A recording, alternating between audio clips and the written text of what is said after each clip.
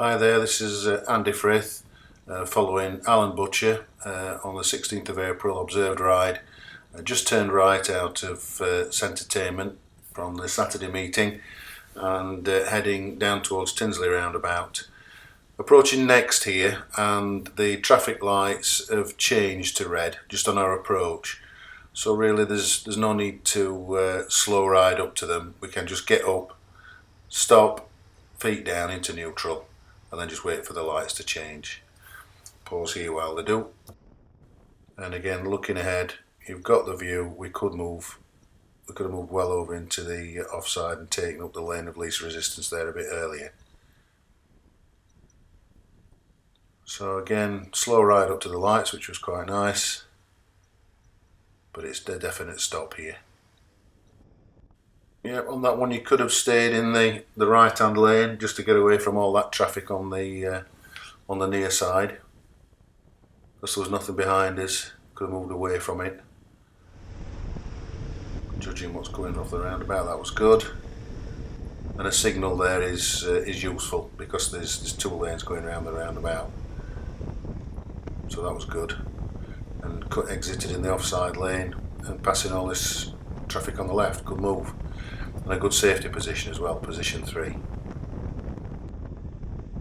So even in 30s you can take a wider line just to increase your view, although it's not as important because the speeds aren't as high. Into the Nationals. This is where you need to be doing those exaggerated mirror checks, just to let your examiner know that you are aware of the change of speed limit and you're checking your surroundings, which was about here. There you go, there's a signal, and you didn't get it. You just carried on straight round. So again, every time you see a direction board or a junction to the left, junction to the right, you should be doing rear obs, just trying to pick up my signal. But also it's good practice because it lets you know what's around you at that junction. Again, could do with some peripheral checks there just before we move off. Good safety position, this is good.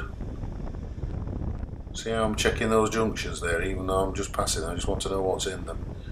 Just in case I've got Mr. Subaru gold wheels coming out and following us. Good cross view to the right there. But push yourself more into position 1. There, you're slightly out there, you're coming across to position 2 and possibly 3. So hug the outside a little bit longer. That's a good position, and you've got oncoming. Just hug that outside. It maximises the safety position. Nice drift across to position 3 for the left-hander, that's good. And again, stay on it, stay out there. There we should be tucking into 1. As soon as we get a glimpse of that car, just moving over left. Splitting the difference here between the lay-by and the oncoming. That's good. That's a good position 1 for the right-hand bend. Stay with it, you've got oncoming. And you're moving into position 2. So you might as well stay over there. You're not gaining anything by cutting in fact you're putting your bike in more danger.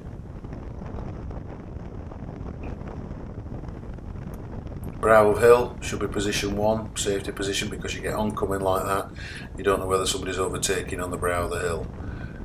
Here's another one coming up. Braking for the 30s. In position 2 now. You should be in 1. Sort of 1, nearly there, but even a push left wouldn't hurt. Maximise position for the safety. Okay, here we are at Dinnington, turning to the first exit on the roundabout. Slow riding here, I did the same thing really. I was dithering about, waiting for the cars to come. It might have been an idea just to come up to the junction and give way line and just stop actually, but it was okay. Mirror checks there for the speed limit change didn't happen, and position 3 here. Drifting over to position 1 for a right-hander that's coming up.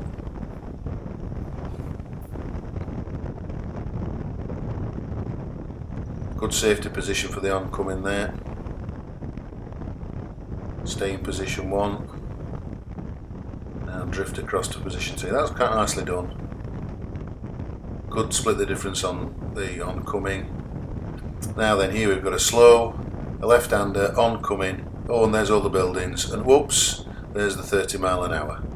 So all those clues should have been clocking up in your brain there, saying I've got slow in the road, I've got buildings there likely to be a 30 mile an hour limit. So there you'd moved into position 3 and there was an oncoming vehicle. Staying in position 1 would have maximised your safety. Now you're in position 1 going around the left-hander way, you should push to the right. There we go, that's a bit better. Stay right, stay position 3, now cut in. Stay position 1 for maximised safety, stay 1, stay 1. Now you're drifting out for the view, that's okay. This was quite a nice little section, this actually. Bear in mind these oncoming vehicles though, you seem to be not appreciating the danger as much as you should. But that was good, that was a good section. And away to the top, yeah.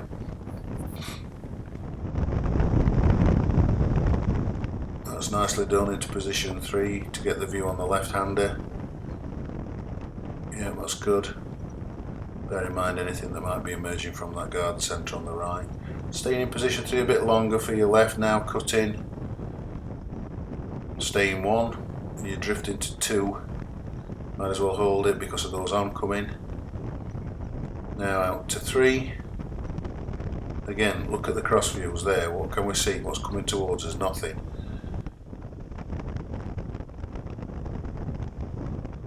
Again, looking for cross views. What can we see? Any flashes of car roofs? Should be safe in the knowledge that nothing's coming round here. Staying out, proud.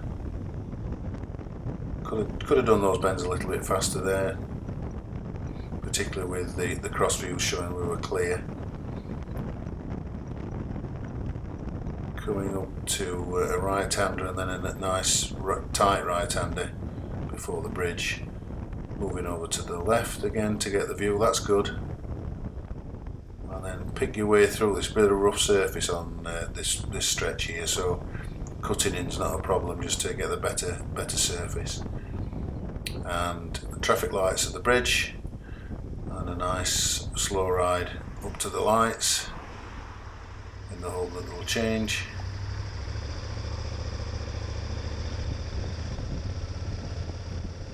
And off we go. Lovely, well done, that's good.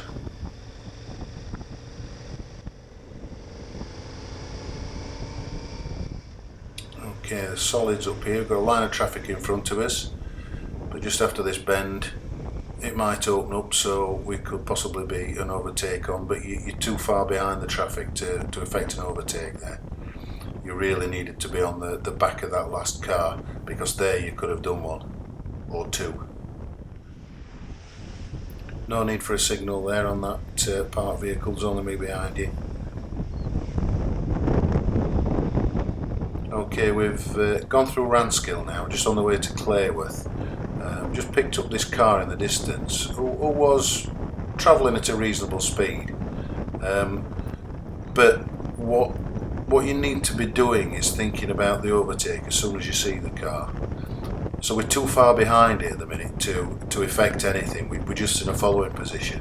If you'd have gone up into an overtake position, you're in a position to move as soon as an opportunity presents itself.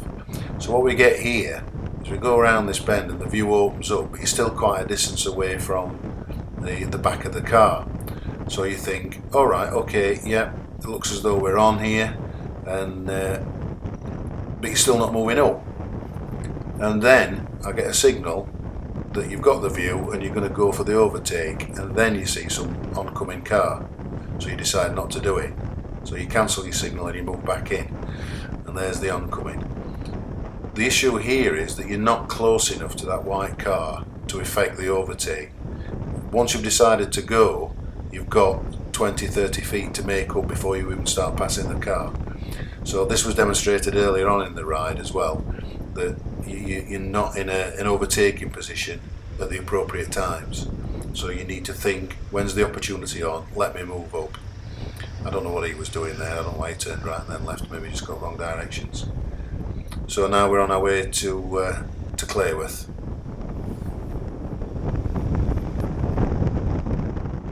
Okay, just coming into Clayworth here, got a humpback bridge, road narrows.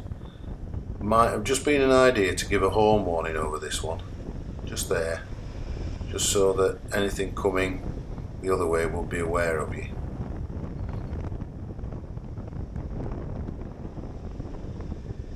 A lot of water at this the approach here, so it was nice to see that you took the speed down a bit, and might have been coming out of that driveway actually.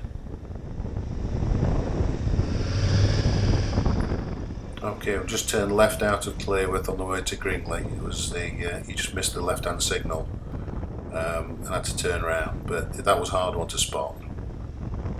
This is a good section. I think you do well on this. This is a good example. What I would suggest here is that you could use the road, your lane, a little bit more. You could maximise your positions 1 and 3. There you could have just pushed left a little bit more for the safety. I mean, you did move over, and I say it's a good section this, that's a nice position, and I like how you're drifting in for your next bend. So to hold, if you'd have held one a little bit longer, this is where I think you just not hanging on to the outside curve. You see where my bike was there, just hangs on a little bit longer to the outside curve, and again you just start to drift in rather than position 1, and again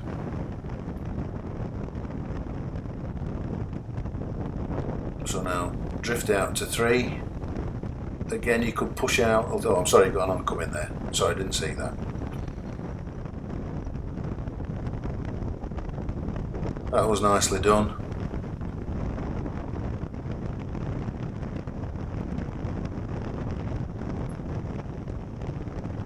Yeah, this is a good section, I like this.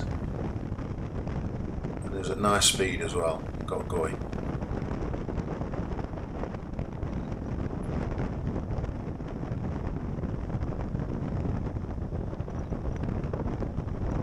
Yeah, that was good. Okay, we've come down from Gringley into Gainsborough. We're at the main Gainsborough roundabout here in the 50 limits. And I just wanted to pick up this bit with you. You just turned left there onto a dual carriageway, 50-mile-an-hour limit. I'm catching you up, and it's about when you decide to overtake these cars, because this carriageway narrows in a little while, and we come upon a group of cars in a line. You've just been overtaken by that red Audi, but he's also now getting bogged behind 3 or 4 other cars, I seem to remember. So here we go. Now what you should be doing there is moving into the offside now, so you've got a clear view. Even though there's an arrow coming in, we're starting to get a little bit cramped, and then when it really starts to narrow up, you decide to go for the overtake. Bear in mind that this is a solid hatching on the right hand side now, so it's effectively the same as a solid white line, and you get a gap of oncoming, and then right at the death you decide to pop over that solid and take a couple. Now that manoeuvre could have been done 50, 100 yards earlier if you'd have got into the offside, and you'd have been able to slip in with absolutely no problem whatsoever.